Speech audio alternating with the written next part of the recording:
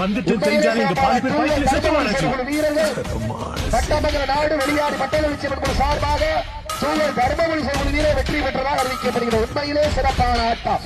15 நிமிடம் 28 வினாடி. உண்மையிலே சிறப்பான ஆட்டம். இருவருக்கு ஒருவர் யாரும் சளைத்தவர்கள் அல்ல.